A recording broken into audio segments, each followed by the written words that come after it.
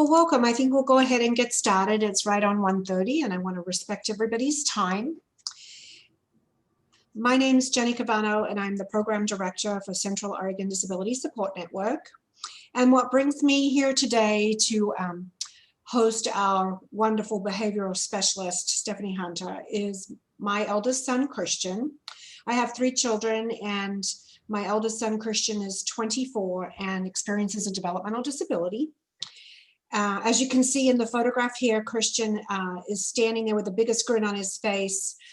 Actually, both pictures, he's got this biggest grin on his face. So the first one that I'm going to talk about is the one that he's standing in front of the helicopter. And this is Christian's dream come true. So he graduated high school and he wanted to save enough money to go on a trip with his family to Hawaii. And he paid his own way with the money that he earned in his paid competitive employment position at his local car dealership. And the picture on the right is Christian at Portland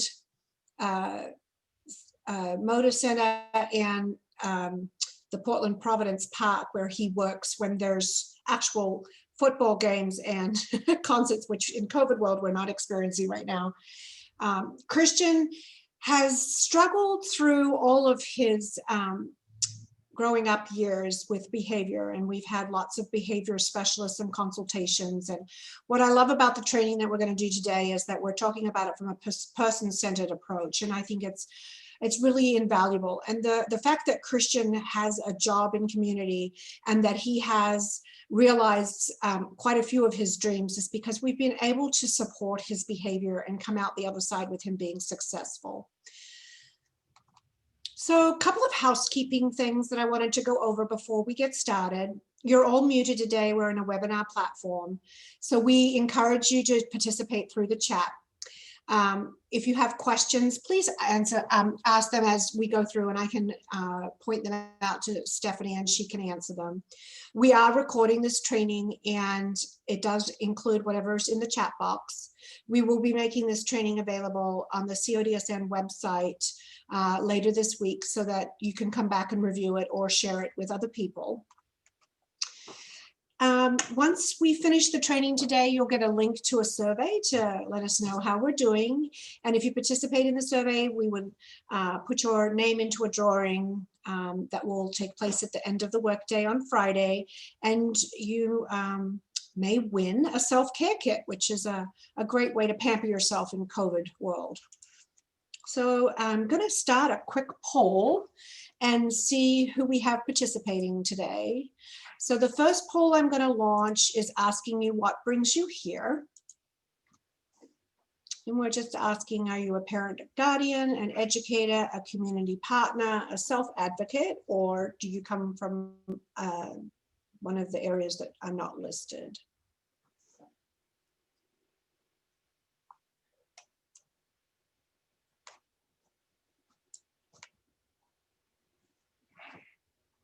Okay, I'm gonna go ahead and give the poll a couple more seconds. If you wouldn't mind voting. And now I'm gonna launch the second poll, which is asking, what age child do you represent today? Birth to 5, 6 to 10, 11 to 15, 16 to 21, or older.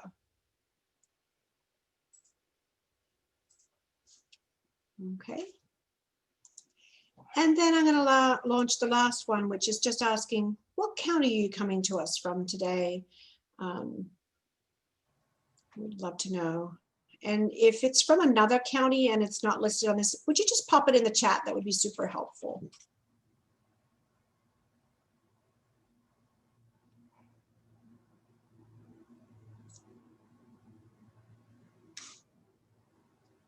Awesome.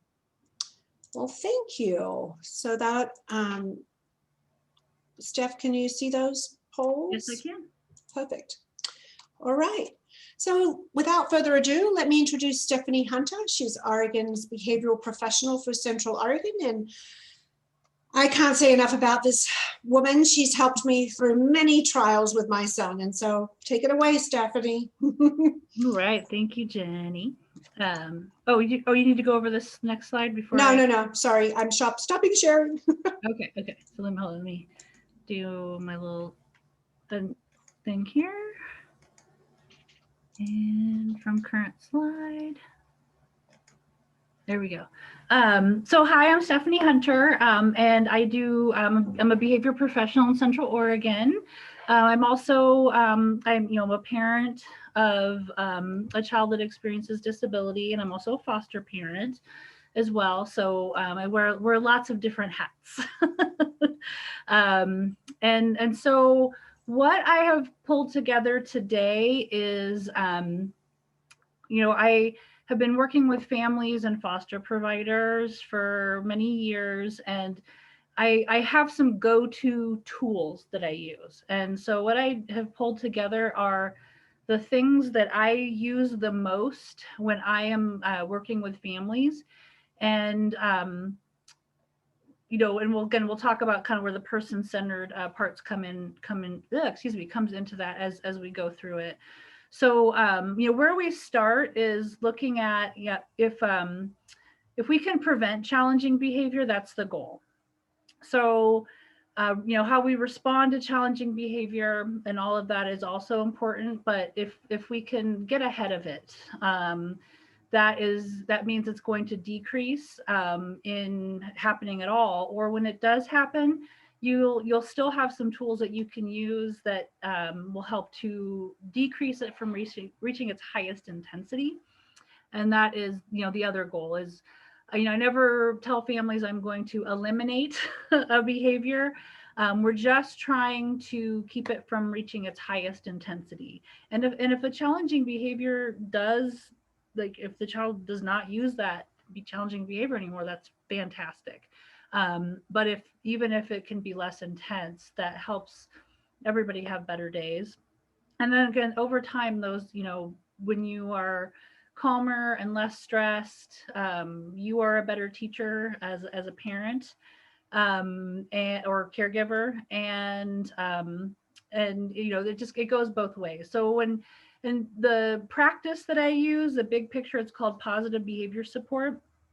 And one of the things that I really stress is, yes, we're providing support for the child, but everybody who supports that child also has a voice and a perspective and needs that need to be met in the big picture. So I'm not just supporting the child, I'm supporting everyone, and the environment as well, to come up with ideas that are going to work for everybody to have a better quality of life, better days, to know what to do when the challenging behavior is occurring, and to feel confident that you can handle this.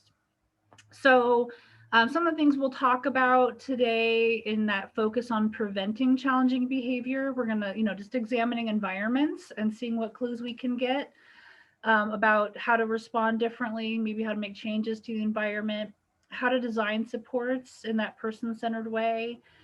What does increasing structure and predictability look like? And I know sometimes, like when I say structure, I see people's faces just fall, and I'm like, no, not like, you don't have to be structured.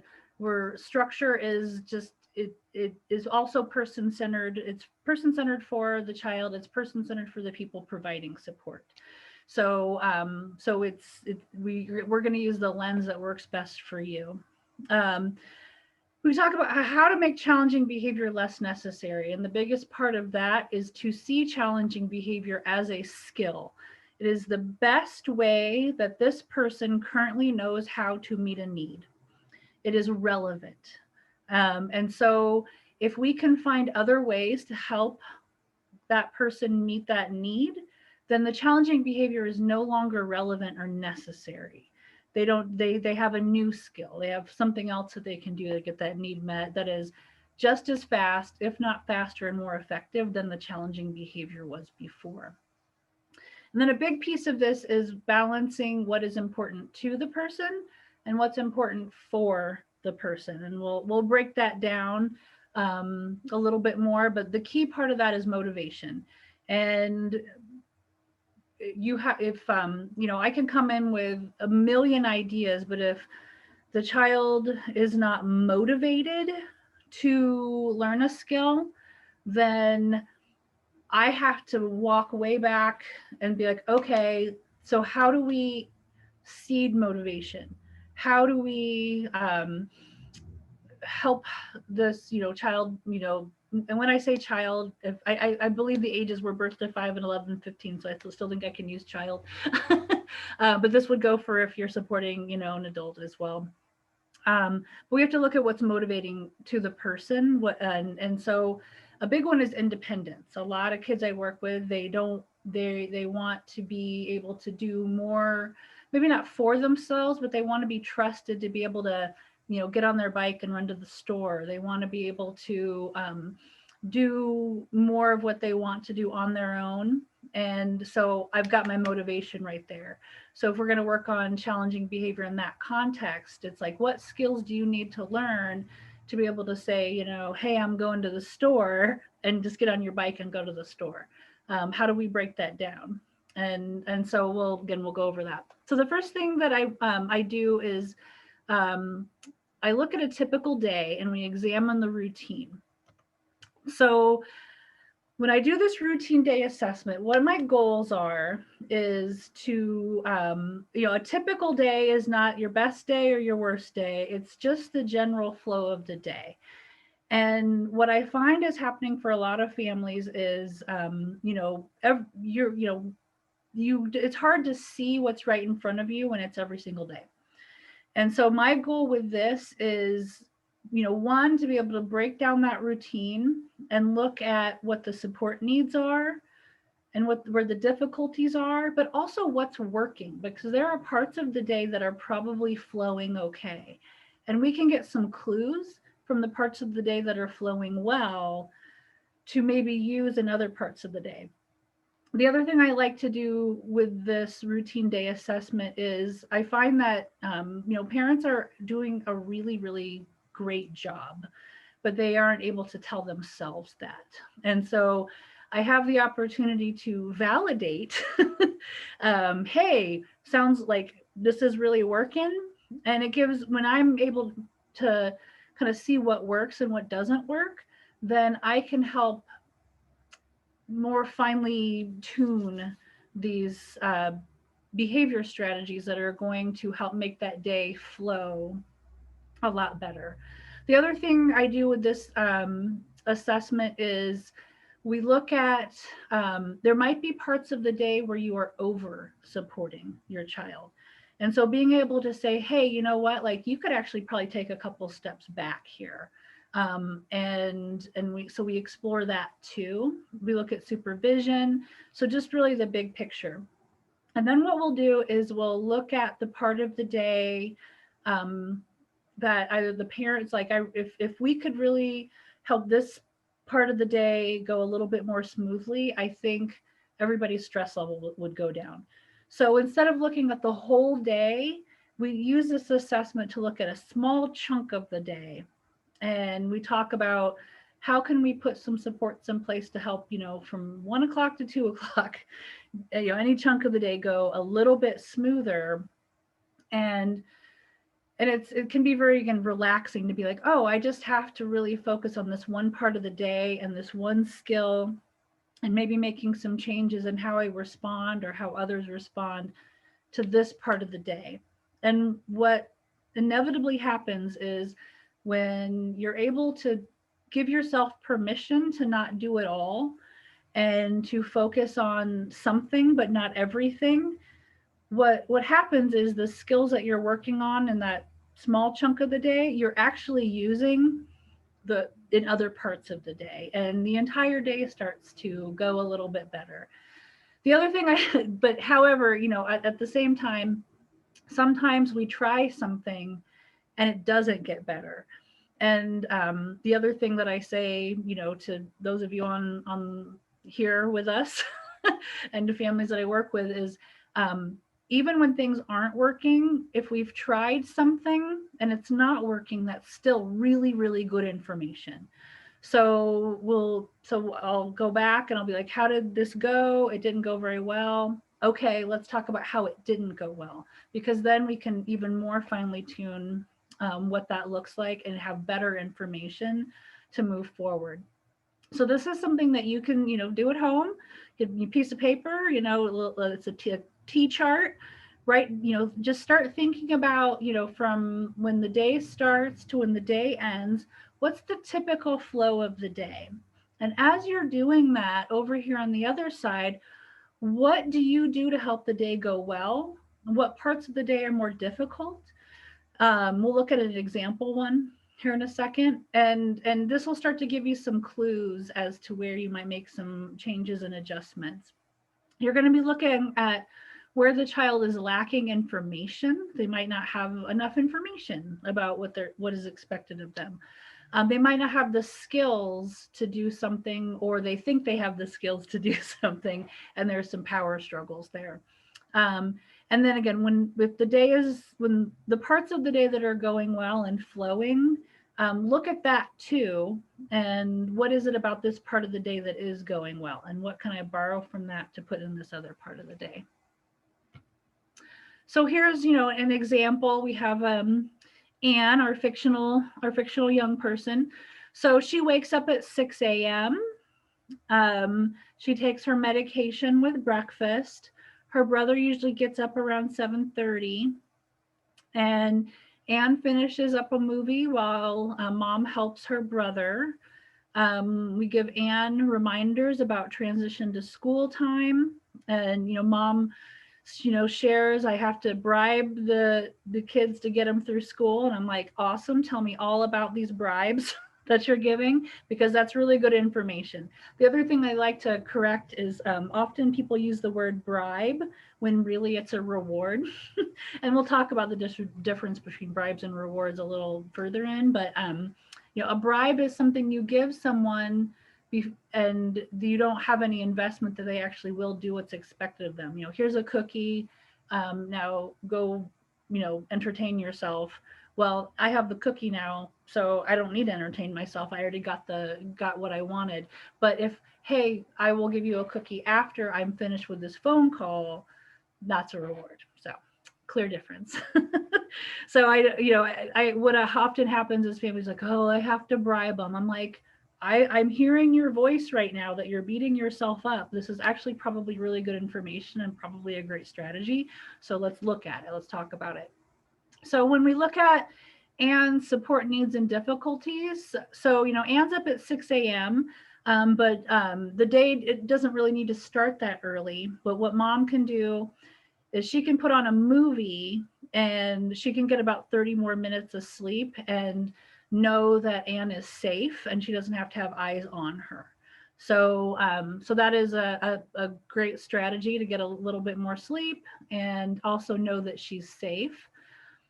She needs to, her medication has to be taken with food. So food and breakfast have to go hand in hand. So there's some careful timing that's needed there.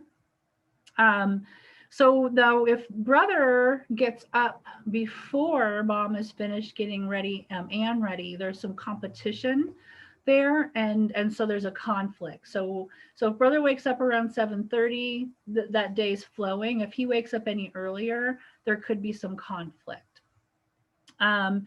So, and then part of that conflict is now brother needs attention and Anne is now demanding another movie or her tablet, and she starts screaming. But if she gets another movie or the tablet, it's going to be hard to transition her to school. So mom is now in a power struggle, having to say no to that. And then when she starts screaming, her brother starts yelling at her to stop, and they could start actually getting into a physical fight.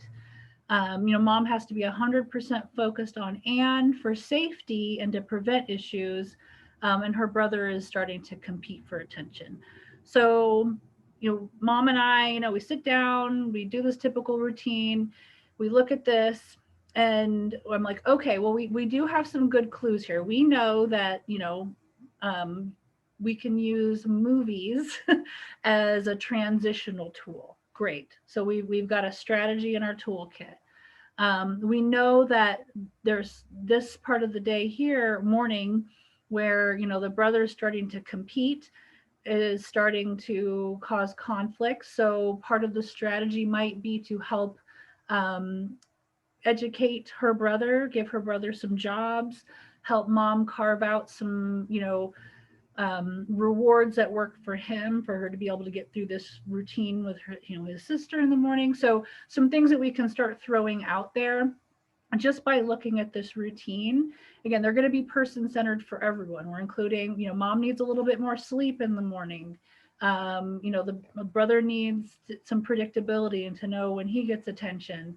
Anne needs really clear transitions, and any gaps in that could cause some conflict where she starts demanding more movies and tablets. So we have good information to start trying some stuff just about the morning routine here.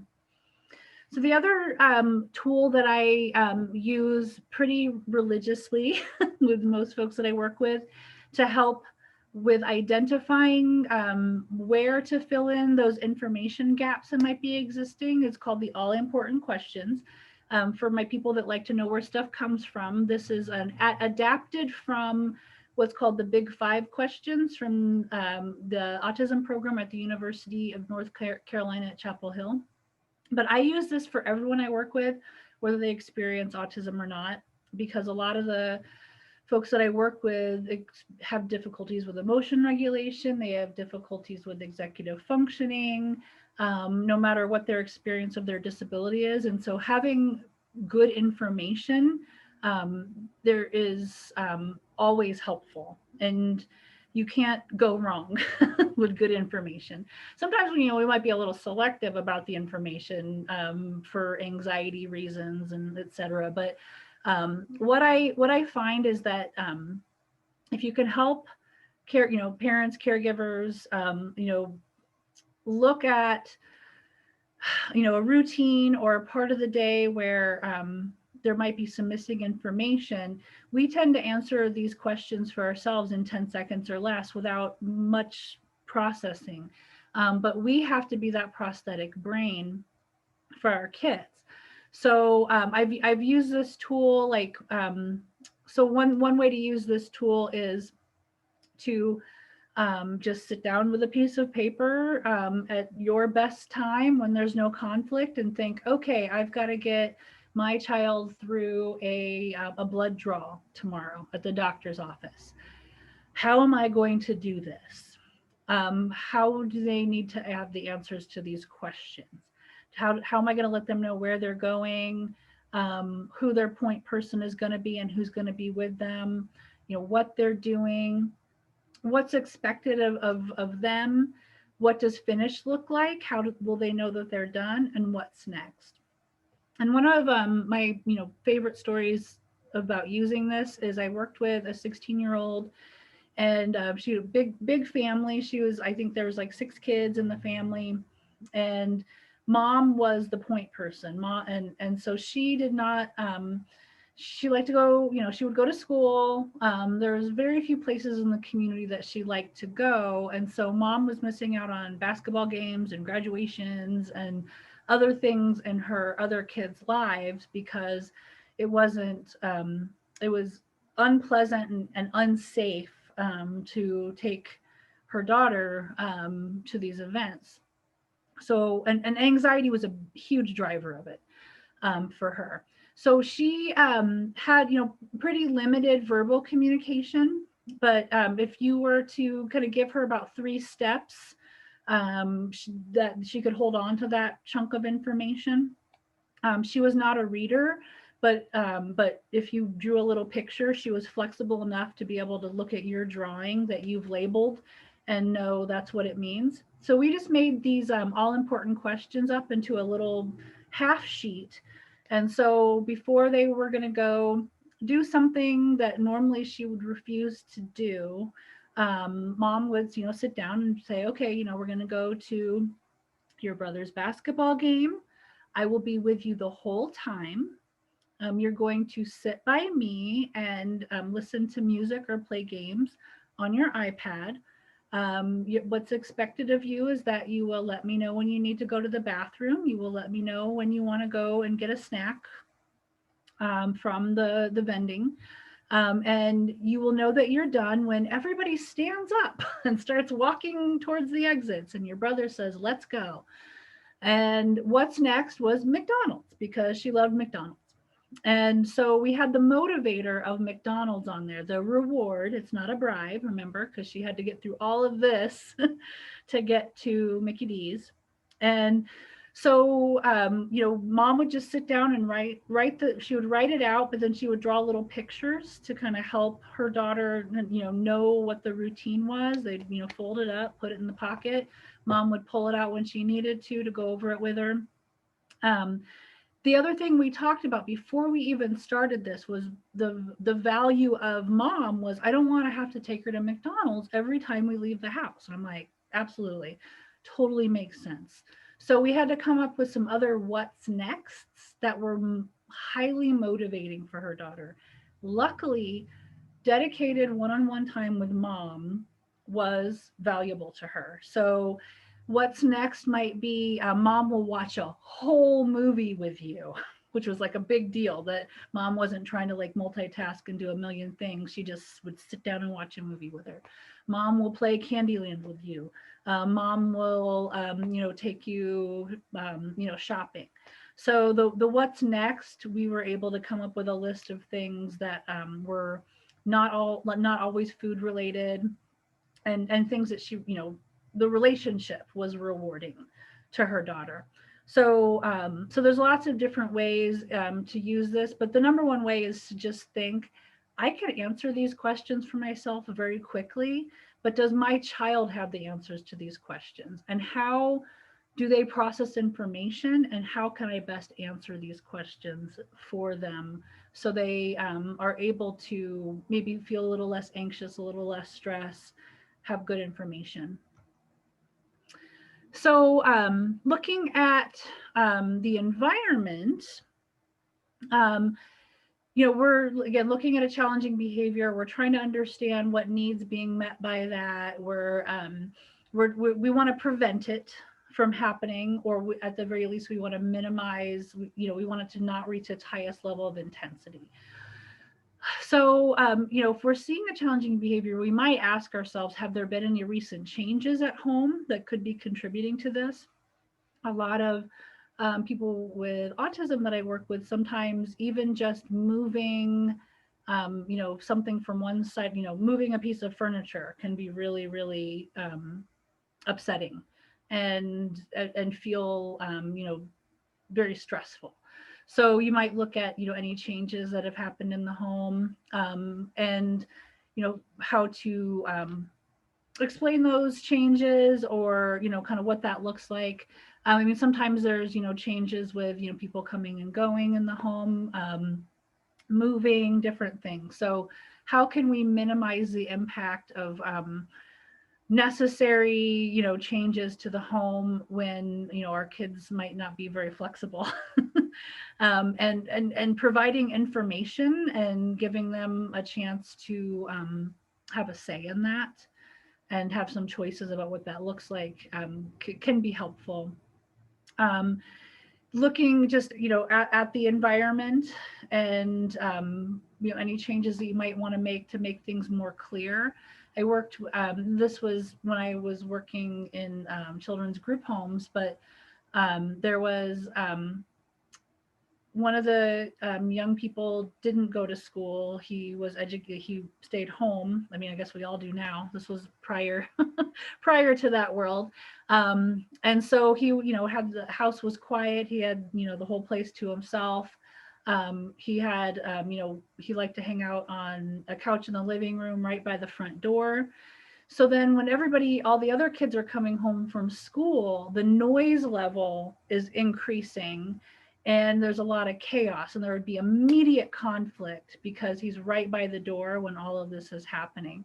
So just by having, like, moving the TV and having a different space that was not by the front door helped to, decrease that behavior dramatically, by just making a change in the environment for when those transitions were happening. What's your child's preferred environment? I'm working with a young person right now who, it's very calming for him when mom will make him a tent out of blankets in his room when he's starting to get, start to feel stressed out, and he's learning how to, right now we're just working on him being able to accept that support when mom recommends it. But being able to ask for that support is something that we're trying to get online for him. So we can anticipate his need, but him also being able to say, I need a break. Will you make me a tent? Um, so he can, and he gets calm instantly in that tent. Whereas if he's out in the common area, it's an hour of distress that he's going through. Um, Looking at how your child's affected by temperature, smells, noise, transitions, and so sometimes, not always, but just by making modifications to the environment can have an immediate positive effect on behavior. So that in terms of preventing in a person-centered way, really look at the environment. This is for an adult that I supported, and he had grown up in an institution, and he never slept in his bedroom. He always slept in a recliner. He wasn't getting good sleep because he was only sleeping in a recliner. And one of his folks that had been working with him for years had said, he's always had institution white bedrooms. What if we painted it blue, put some stars on the ceiling, got some good, like smells going in here. Of course we're going to try that, right? Like, why didn't we think about that sooner? So they made those changes to his room. And I think a lot of us were like, yeah, probably not. But it had an immediate positive effect. He slept in his bedroom for the first time I had never known him to sleep in his bedroom. So, those things are totally worth a try. If they don't work, we still have good information about what works and what doesn't work. The other thing to look at when you're doing your routine day is looking at where the eggshells are in your routine. So you guys have heard the term walking on eggshells, which means you're trying to avoid triggering your child. So you're doing things like talking in code, or maybe, opening doors silently so they don't hear you going into that room, or the things that you're doing to minimize distress, stress, anything in the environment are those, again, eggshells that you're walking on.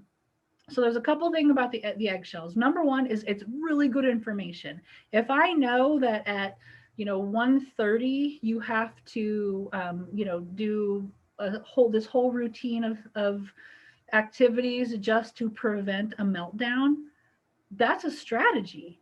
That's great. Let's put that in a plan. Let's talk about that. Let's figure out why that is.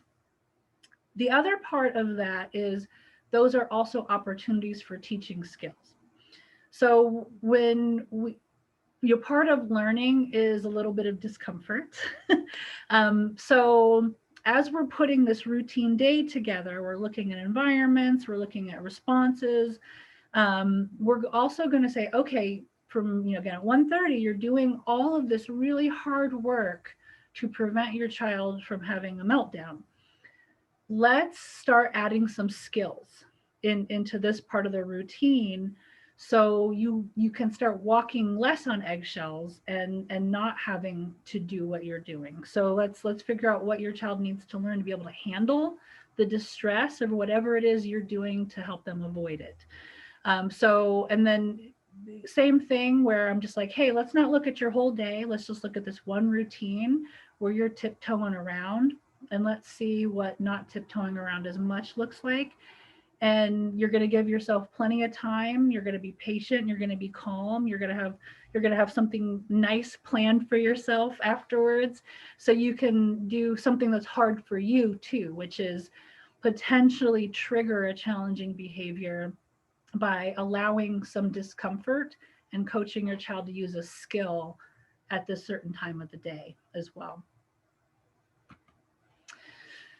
So, one of the other tools that I use is it's called Important 2 and Important 4.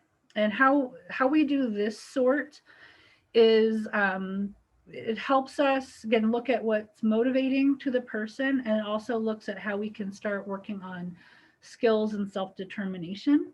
So things that are important to your child, excuse me, are going to be getting objects. They love stuffed animals. That's important to them. People, they love their, aunt that comes over and, you know, makes ice cream sundaes with them. So throwing stuff out there. There's certain activities that they like, usually video games and tablets. Their, feelings, concepts. I, was just, meeting a young person today, and family is very important to him. And is, like, and he will say that. So these are the things that the person will say, these are important to me. These are things that I need to have in my life. And I need that to be predictable. And anything that messes with that is going to cause me distress. So things that are important to the person can be motivators to help increase skills. So when we're putting strategies together, I'm not going to make you work for what's important to you, because that's not fair. But I am going to look at what's important to you to help you understand, hey, we're going to do a little bit of this, and then followed up by a little bit of this. So it's not about you have to earn it. And again, when we talk about reward systems, we might use a little bit of that. But I think being really, really careful that if something is, when stuffed animals are really, really important to you, I'm not going to take your stuffed animals away or not let you have them because of behavior. I'm going to help use that I motivator of stuffed animals to figure out how can we help use the stuffed animals in skill building, how we can make it a part of the learning. So you're motivated because something that you enjoy is part of it.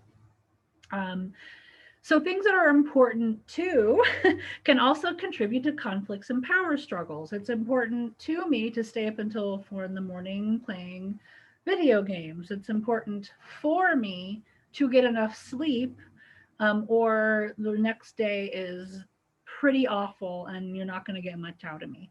So that's where that balance between important 2 and 4 can come in. Is like, so again, it's important to me to play video games. We can't just make you stop doing that. I mean, well, we can, but should we? We should be thinking about, if this is important to you, how can we work within this versus we're not going to make you stop loving video games.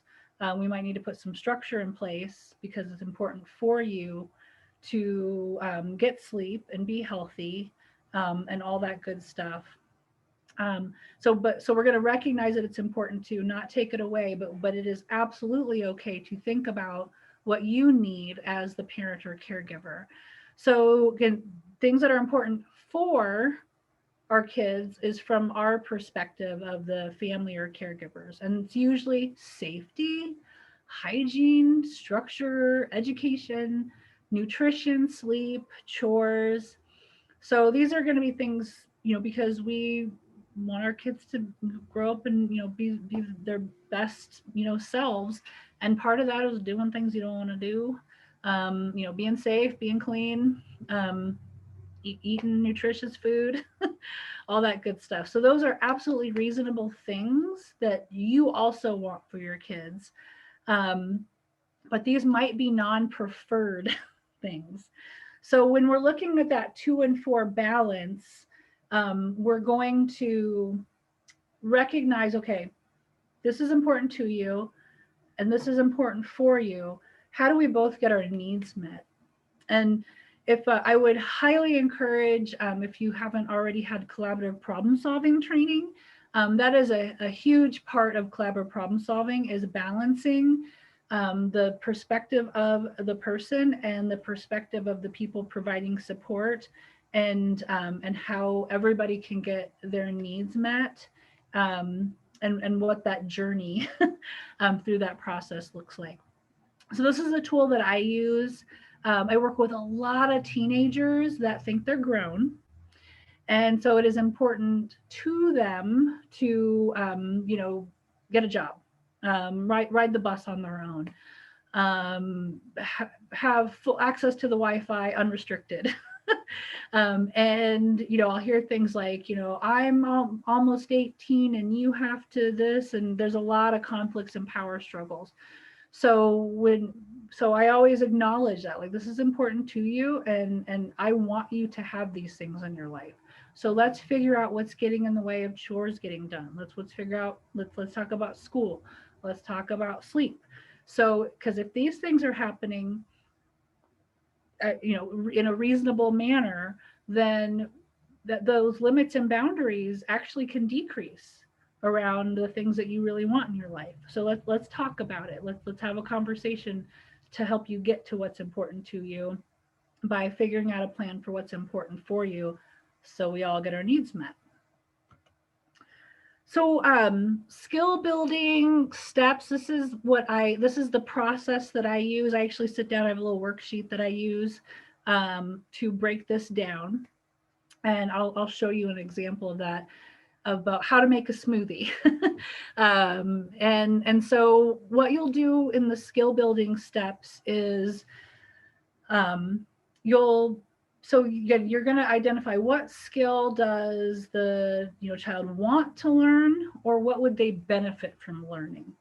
So one example was I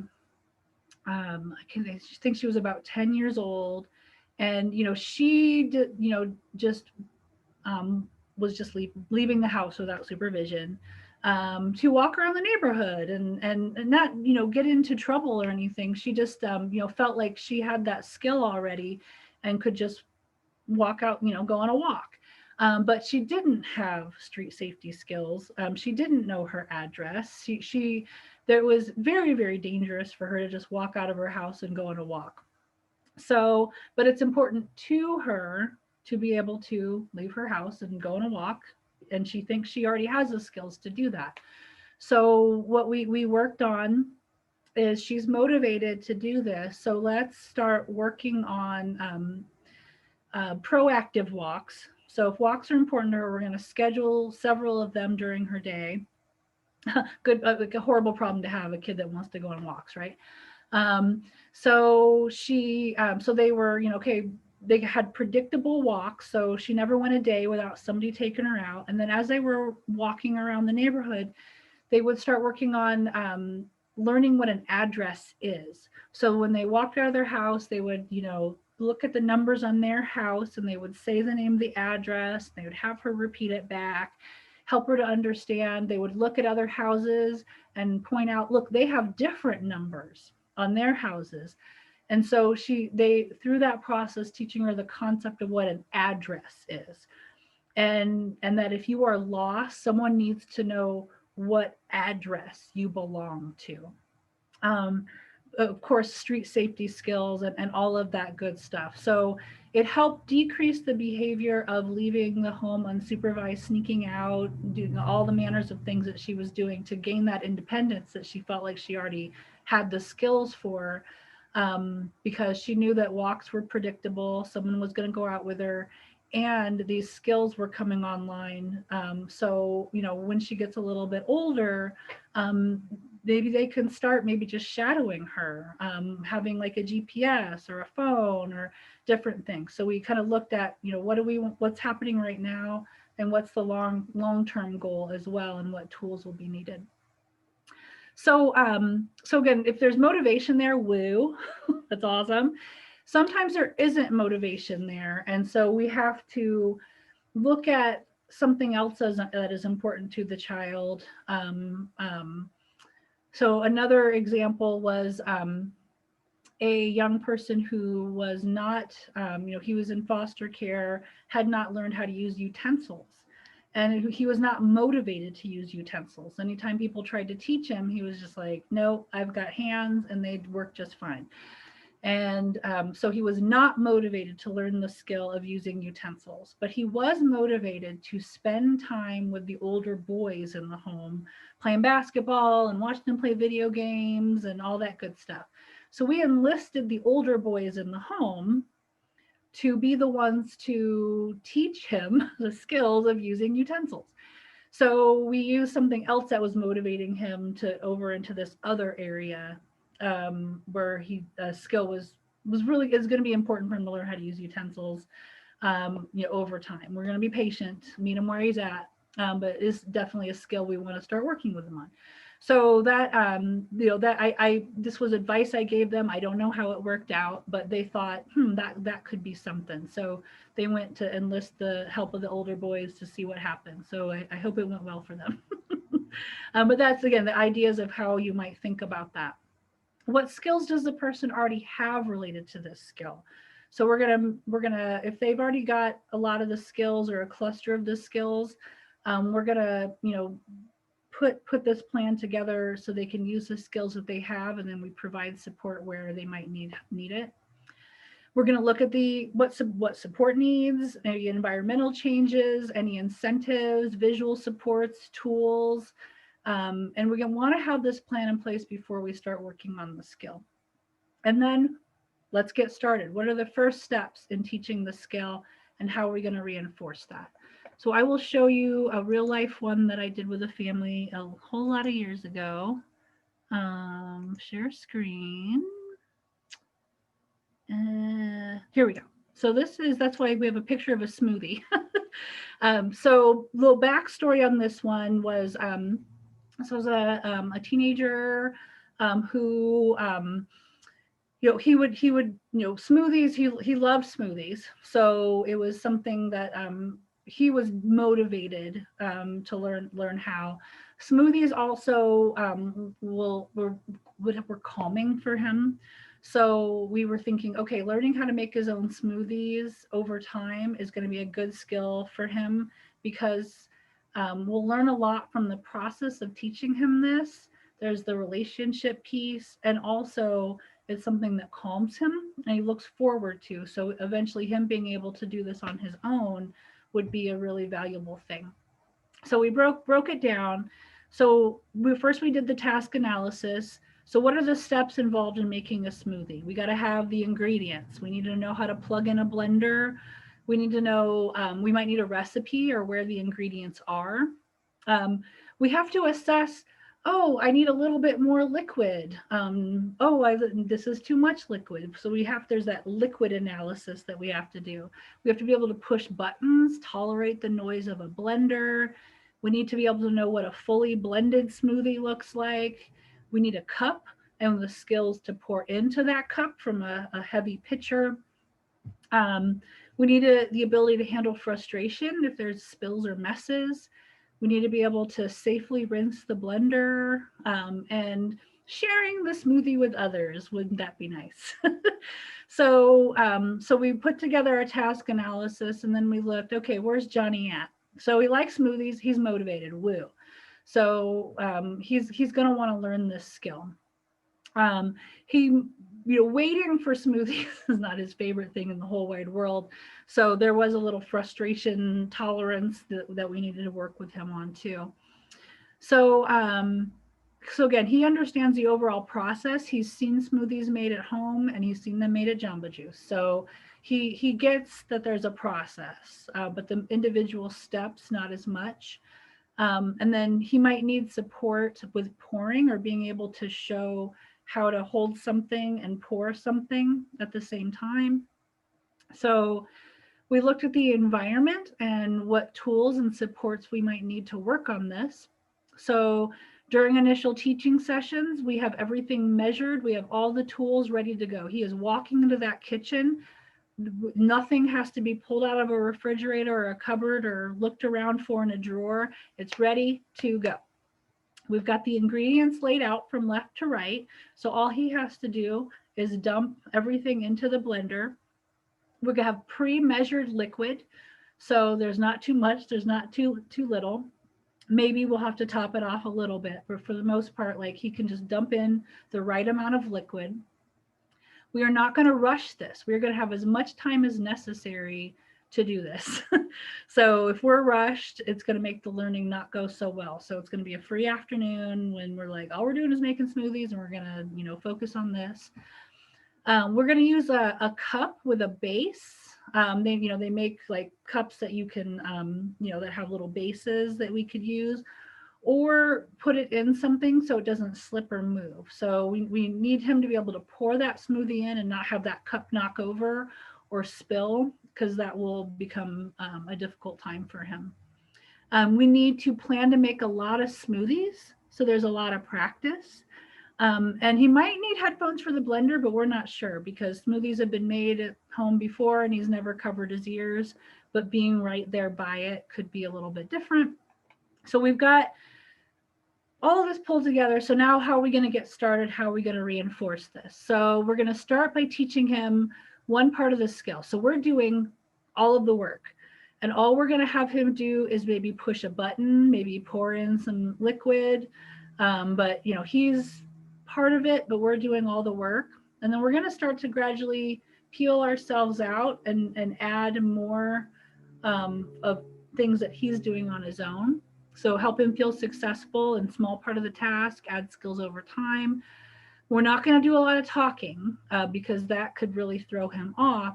We're going to let our face tell him what's working and not working. And that worked way better for him than our words.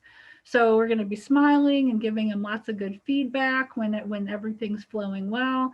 And if he's doing anything that is incorrect, I don't like to use that word, but just isn't working, we're gonna look confused and we're going, and he is is gonna learn like, oh, that's the I need to check and see what I'm doing face. And then we might maybe tap something or kind of like nudge something in his direction to kind of get him back on track. But words did not work for him, but our facial expressions worked really well for him. And I find that this works for a lot of folks that I support too. We talk way too much. I know better than to talk too much, and I talk too much. So I'm constantly having to check myself. I'm just like, that's too many words, Stephanie. So, and then as much visual support as possible, again, laying out the ingredients from left to right, maybe having pictures if needed. So this is an example of, again, how you might break out a skill. And this is just how to make a smoothie. It was related to challenging behavior, but this, as the other example I gave you, the challenging behavior was leaving the home unsupervised. And we're teaching you basically how to leave the home unsupervised over time. So we might be learning skills related to what's important to you and what's important for you using this example. All right, jump back to the PowerPoint here. All right, Jenny hasn't said that there's questions, so I'm assuming but feel free to throw them in the chat, and we'll do a little Q&A time here at the end too. Yeah, no questions so far. I did want to just point to the chat though. Swindells Resource Center is having a collaborative problem solving workshop in January, and I put a link in there if you were interested in doing that. Yeah, highly recommended. It's very very valuable. I use it all the time in my work. So visual supports, I pretty much like do this with everybody that I work with, maybe even to their annoyance. We'll see. But again, it's person centered. So I am, sometimes what will happen is I'll come into family homes and they have all of these visuals that they have been given by maybe the school or someone else that they worked with. And they're just like, we don't know what to do with these, or these are not working. So, and it's usually because it's too much. So what I like to do is with visual supports is, let's break it down to like maybe again, one part of the day, one routine first, and then let's keep it simple. And visual support is not always, laminated, Velcroed pictures. It can be, I was, this is related to communication, but I was, working with a family, and the English was not the family's first language. And so, so I'm like, mom and I are kind of working on how to communicate with each other. And then she's also, in that role of, he's 3 years old and she's trying to help him learn how to communicate. was in early intervention, so English was the language that he was most like exposed to more, well, he probably equally to his home language. And so mom's about, I was like, are we going to work on English? And she said yes. Okay.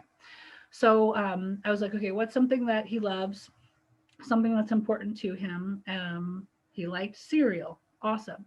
So we started with we just cut the picture of the cereal picture off the box, and we put a little cereal in the bowl, and we spent just a couple minutes really just teaching him the association with, you touch this picture of this, the cereal box, and you will get cereal. And then we would say, oh, you want cereal? And after about 20 minutes, he actually just turned and looked at us and said, I want cereal. And mom was like, oh my goodness. And I was like, I am not a speech language pathologist, but that was amazing. So visual support's good. They do not have to be, like, again, I'm just like, okay, you got some scissors, you got a cereal box. Okay, let's cut the picture of the cereal off the box and see what happens. So what you have at home, in your drawers and your cabinets, can also become visual supports. So why visual supports? After the words have been said, the visual remains.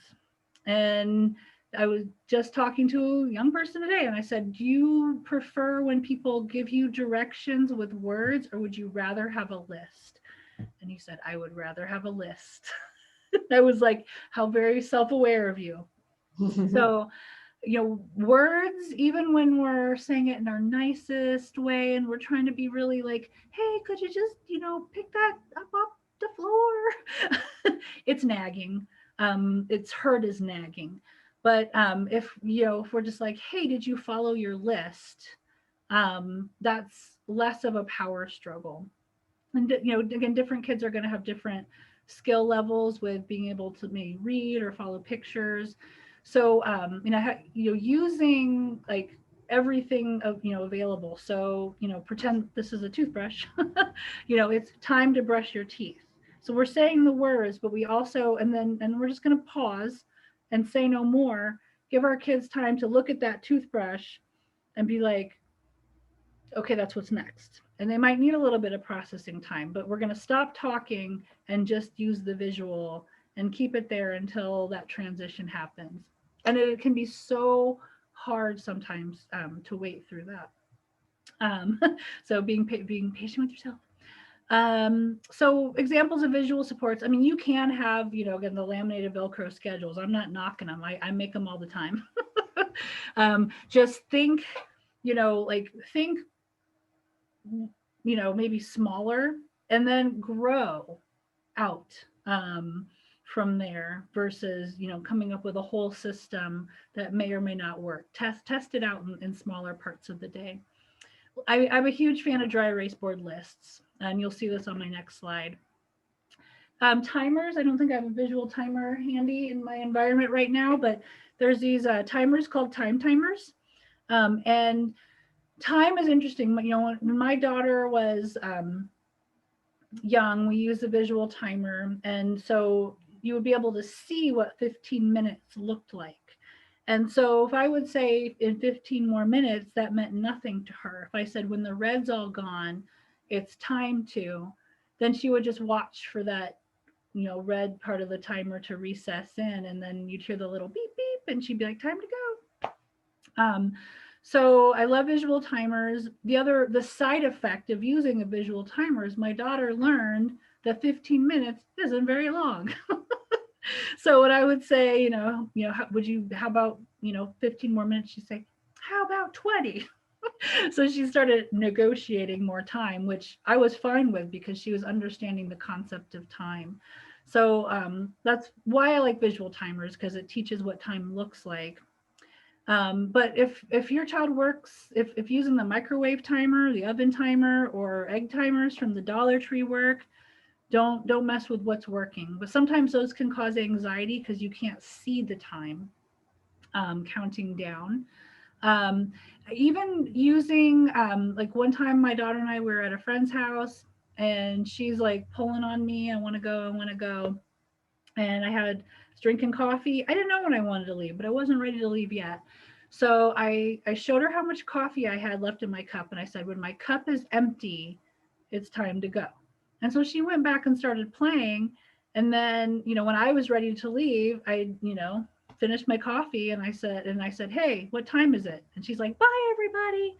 So you can make anything visual in your natural environment too. Recipes are visuals, materials lined up left to right.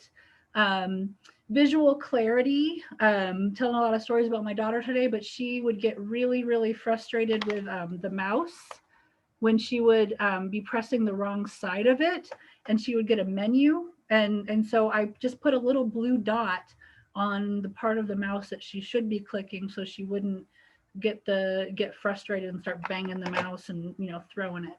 So just a little bit of visual clarity, color coding. So anything that can help like highlight the information that is needed visually is give it a shot. There is no harm done. So this is I like to do these. We'll use our example of Anne from earlier. So I help families make these transition stations or information stations, I call them too. I just find that having a place where all the information lives is really, really helpful for everybody. So I've set this up in family homes before where, this where DSP stands for direct support professional. So if you have caregivers coming into your home that are helping, or natural supports, grandma, grandpa, aunt, uncles, siblings, um, they're a place, an information hub. So we can be sharing information with each other.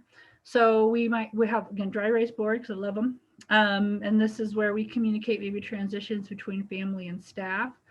I had one family that I'm still working with, and they like because supervision needs were so intense in that home, there always had to be somebody on duty. And sometimes somebody would think, oh,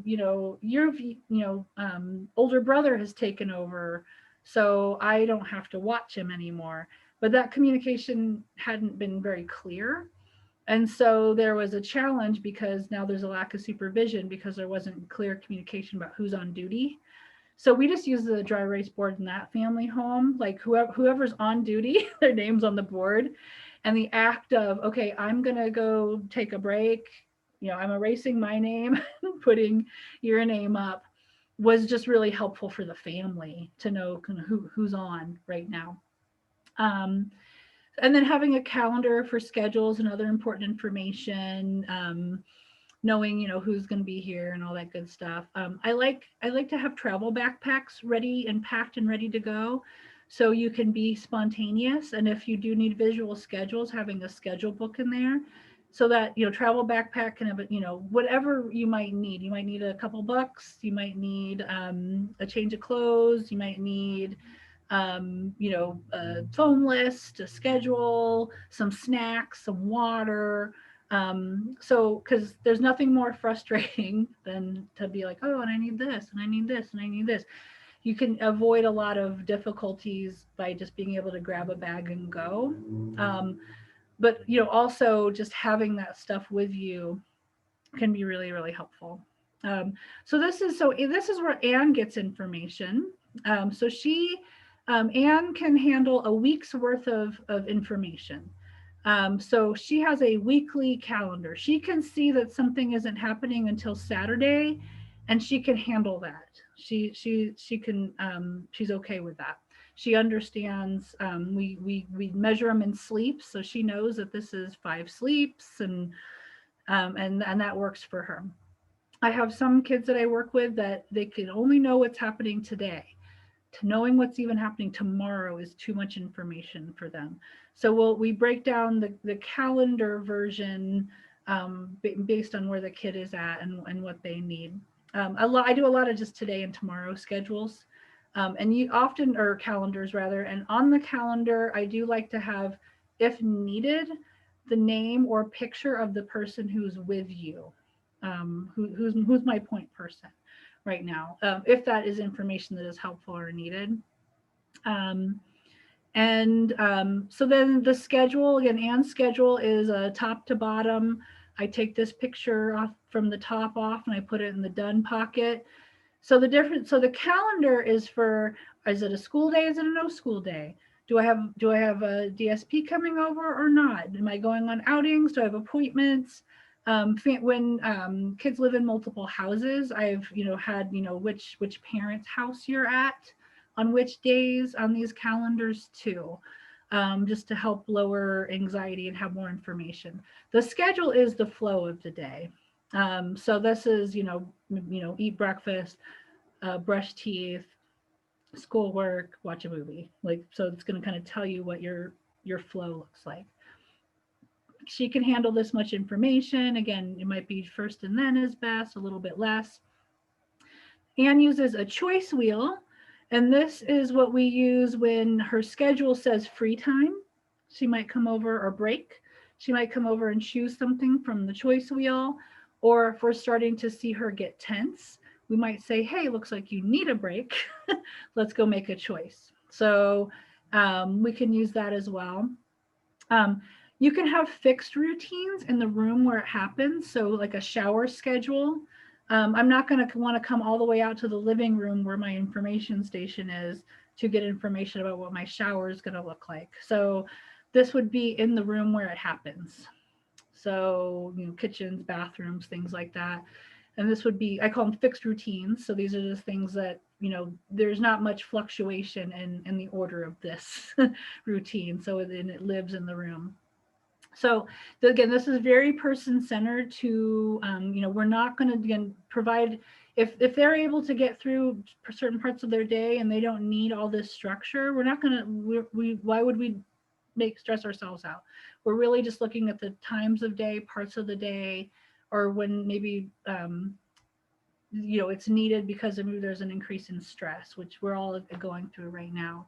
When my daughter was young, I got her to this point where, we were using visual schedules, and then I got her onto list schedules even before she was a reader. And I would, again, just write the word and draw a little picture. But then she kind of lost some skills over the summer. So I had to go back to pictures, but it was just a short period of time where we went back to pictures and then got back onto lists. And then, from there, we're, one of my favorite stories about her, I just told her this recently, she didn't remember it. She had a slumber party. She made a schedule for her slumber party, and none of the friends wanted to follow her schedule. And that was one of the biggest meltdowns I've ever seen. But it was still, again, really, like, it's again, a lovely story now, difficult to go through at the time, but the power of the list and the schedule. And she was now trying to schedule her friends, and it was adorable. Stephanie, we have a question, and it was actually from the slide prior to the transitions page. It was, how many steps are too many steps for the pictures?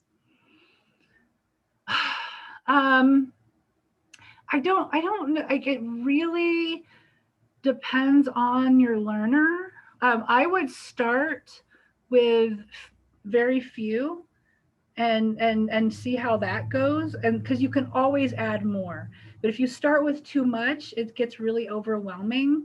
And I've had kids that I work with that, like, you show up with like a color picture and laminate, and they are just like, you need to get away from me with that right now, because they've been over scheduled, or it's been used in a way that hasn't worked for them. It's been too much. So I will, I will go back to first and then, even if this is someone who has the capacity to handle more information. We're really just trying to build trust with this, like, hey, first let's do this, and sometimes even with first and then, if we're really like, I need you to love this schedule. I need you, and this is what I did with my daughter. I needed my daughter to always see that there was something in it for her in the schedule. And so with some kids I work with, you can't even do a non-preferred and a preferred. Like, it's like, hey, let's get ice cream and watch your favorite movie. Like the schedule is like your two most favorite things in the whole world, because you're just teaching like, hey, like when the schedule shows up, your life gets better. And then eventually when that trust is built, hey, let's make your bed and watch your favorite movie. So we can start sneaking in those non-preferreds, and then yes, you can build out from there. Is that helpful? Yeah, so I think, one of the questions was on the same person asking is it is few as in less than five. Well, I think you answered that, and that it could be just one or two things that are preferred. And I like, to help families make master schedules too. So when you're doing that routine day, if you have a master schedule that's just for you, then and put it in, on the inside of a cupboard, where you can just be like, okay, what are we doing? Okay. So if you're maybe still at that kind of first and then, you've got the flow of the day, and what pictures might go in what order, or what things on the list will go in what order. So you're not having to you're having to use less of your processing time, because now you have a visual to draw from too. And I thought I had it in this presentation, but I don't, so I'll tell you about it. I like to do side by side schedules for some kids that I work with too. So all that is it can be dry erase board, it can be Velcroed pictures, but it shows like, okay, this is your schedule and this is my schedule, and this is helpful when now that we're at home more too, because if you're a parent that has to work at home while your child is trying to do school online, having a side by side schedule where on the child's side, it's like eat breakfast, get dressed, log into school. And on the parent side, it's, make you breakfast, help you get dressed, go work in the living room. So you're seeing that everybody has sometimes our schedules come together and sometimes our schedules have to split apart, but hey, look, after we get this done, our schedules come back together and we are doing something together again. So I've seen that be kind of reassuring for some kids that I work with too, to see what everybody else is doing in their schedule too, but especially their parent, caregiver, or point person in their life. All right, peeking at time. Okay, so use your words. And if you attended my last training, you'll know that this is one of my pet peeves. So I hear this a lot. Use your words. Use your words. A lot of kids know what that means. They know use your words means I have words I should be saying, and the behavior that I'm using does not work. I have to say it.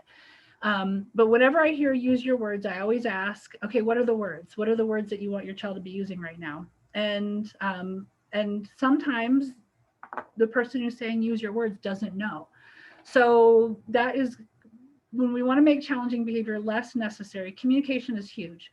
You've probably all heard behavior is communication, and often it really is. It's communicating a need of some kind. So first, ask yourself, are you being an interpreter? And you probably are, and that's okay. There's nothing wrong with that. So, and I had to have this reflected to me when my daughter was young too, where her speech pathologist, said like, you are like, she gets it, and you're interpreting for her, and you don't need to anymore. So notice when you're in that role. But the other thing about being an interpreter is like, if you can just sense or know what your child is trying to communicate through their actions, that is really good information that other people need. And those are opportunities to teach skills. My daughter would, when she was thirsty, she would scream and cry in the living room. And I knew she was thirsty, so I would run and get her some juice. And then I realized, oh, wait, like I'm being an interpreter. So I started being like, you're thirsty. Let's go get something to drink, and bringing her to the refrigerator to be able to choose a picture of what she wanted to drink or point at what she wanted to drink. And that helped her to learn, oh, when I have a need, there's, a place to go to get that need met. And it took her a really short amount of time of crying in the living room for something to drink to start saying, I want juice. And when she said, I want juice, not only did she get juice faster, but why are you crying, mom? So I was very excited when she started asking for her needs to be met instead of screaming and crying to get her needs met. So look at those places where you're being an interpreter, because you can probably teach what the words are, either again through objects, photos, symbols, sign, or words to get that need met. And that level of representation, don't focus on just one of those. I think we all hope that we're going to have language for our kids, but even our kids that are quite verbal, a little too verbal, they might not always be able to find the words, so they may still need to point at a picture to tell you how they're feeling, even though they can tell you the periodic table. So don't get stuck on words when we all communicate. I'm like, if I might be like, to indicate, are you thirsty, to like my friend who's across the parking lot, right? So or 6 feet away. um so create opportunities to practice words or phrases. So once you know what the words are and you're going to teach those words, you have to create opportunities to practice those words or phrases, so they start to get regular use. And consistently reinforce those efforts to communicate, even if it's a little rude, and or it's not quite what you were hoping for. It's still saying, thank you so much for telling me. Thank you for using your words. Now I know you want this. And after we consistently reinforce efforts to communicate and we build that trust, we can start coaching more polite, or correcting that communication a little bit. So I often, when I'm writing into behavior plans, or focus phrases, and these are, it's usually asking for help is huge. Being able to indicate, I need help with problem solving, I need help with what I'm doing, I need help getting this person away from me, whatever that looks like. Being able to, instead of using challenging behavior, I can get the help I need by communicating help. Yes and no, getting that online, and it is huge. And sometimes you might have a solid yes, but not a solid no, or no is well tuned, but we don't always get a yes. I work with a lot of folks that they say no clearly, and then they don't say nothing at all when it's yes. And so I'm like, oh, so that silence means yes. So let's work on getting a consistent yes, whatever that might look like. Knowing when something is going to happen. So, as parents, we like to say, later, in a minute. But that can be really frustrating, because in a minute could really be in a minute, but usually it isn't. So being able to say, when will that happen, and communicating that in some way, being able to clearly communicate needs and wants, being able to ask for more time. I'm watching this YouTube video, you're telling me it's time to go brush my teeth. And I communicate I want more time by having good old fashioned meltdown. Just being able to say, can I finish this video, in whatever way that works for you, is a great skill. Being able to communicate your feelings and being able to eventually associate those feelings with something that might help you regulate those feelings. Um, Being able to ask for a break, being able to communicate pain and illness. So if we're really looking on where are we targeting communication, these are the areas. Again, I am not a speech language pathologist, so I'm focusing on what's going to minimize challenging behavior, and these are the phrases that I work on to help with that. All right, how much time do I got? Okay, I got 5 more minutes. Oh, actually less. Okay, rewards. I will. Let me just hit the high points here, because I know I want to open up for Q&A. I know Jenny put in the chat, there is a webinar that I did many, many years ago on reward systems. And it's still, I think, really good information. This slide is actually pulled from it. Um, and so, rewards and incentives, we just have to be really, really careful. Um, because that's why I like to deal in motivation and self-determination. Hey, you really want to learn how to, walk in the neighborhood by yourself. You really want to learn how to make a smoothie. You want to be trusted with the Wi-Fi. You want to be able to that's my preferred form of motivation. But reward systems, sometimes they really, really work. So I don't want to say that they're not a good tool. So what you want to remember with reward systems is if you don't get the reward, you're now being punished. So we need to make sure, like we have to keep that in mind. Oh, you didn't earn this, so now it is a punisher. So that can become a place of distress. Rewards can feel controlling. Rewards are triggers for perfectionists. So kids that are motivated to, make the perfect paper airplane, I'm not going to be able to reward you to do that. I might actually have a reward for you to be able to handle failure in making and not being perfect. Rewards create competition versus cooperation, and there's nothing wrong with competition, but just again, it's an area of caution. And this is from my own experience with my daughter. When she was in 4th grade, her teacher had a reward system, and we came in for a conference, and my daughter pointed at a little cup of tickets on the group, her table group, and said, "That's the only thing I don't like about school." And so I asked her teacher, I'm like, "Tell me about this reward system."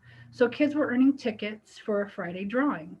And I said, "How do kids earn tickets?" And she, kind of gave me a list of positive behaviors that kids would use to earn tickets. And my daughter she's not intentionally naughty, or misbehaving. She's doing the very best she can. And this reward system was basically shutting her out. I asked, "How many tickets are kids earning on average?" And the teacher's like, about 5 a week. And it had been 3 months. My daughter had only earned like 2. So this reward system was actually punishing her and creating frustration and sadness. So after we modified it to where she was earning for different goals and skills, but she was earning just as much as the average student was for doing her very best. It worked great for her. She loved the reward system after that. And can single children out for teasing? Again, same thing. My daughter's at this table group, and she's the one who's not earning.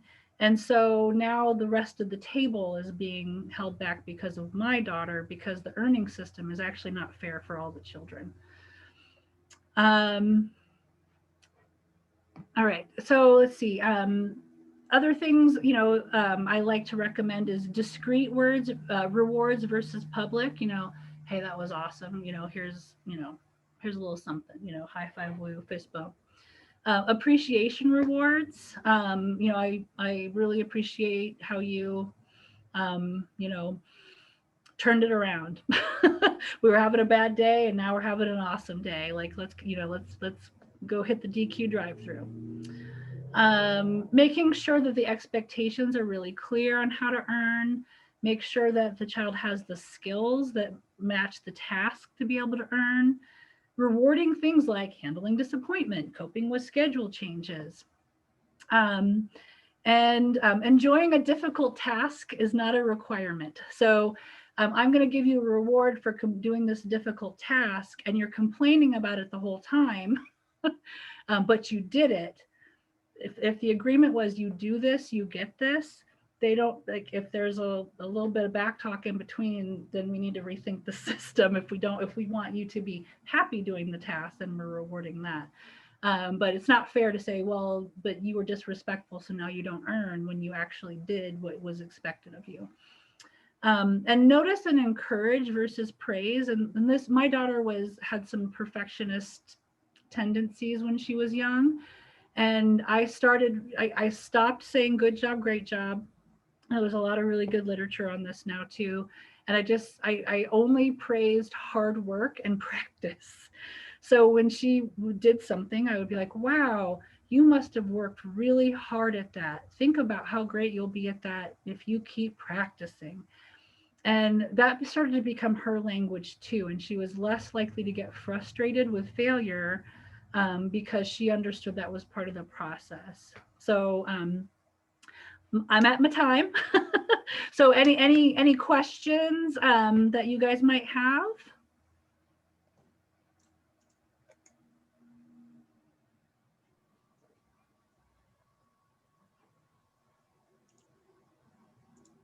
Can you see the chat now? I can't see the chat. Yeah, but I don't see any questions in it. Or what I could see. Yeah. And did you put my email, or I can put my email in? If anybody's like feeling shy, or you don't think of this question until like tonight, I just put my email in. Oh, and so did Jenny. Oh no, okay. I think I didn't. I put it into panelists. You put it into everybody else. Can you talk more about the video game night example? Oh, so yeah. So okay. So the important 2 and 4, right? So it's important again to me to stay up all night playing video games. It's important, for me to get sleep. I mean, again, it's so highly person centered that it's hard to give you a general, but I think it's what our kids hate is when we make them stop doing what they love. So if we can create like I will not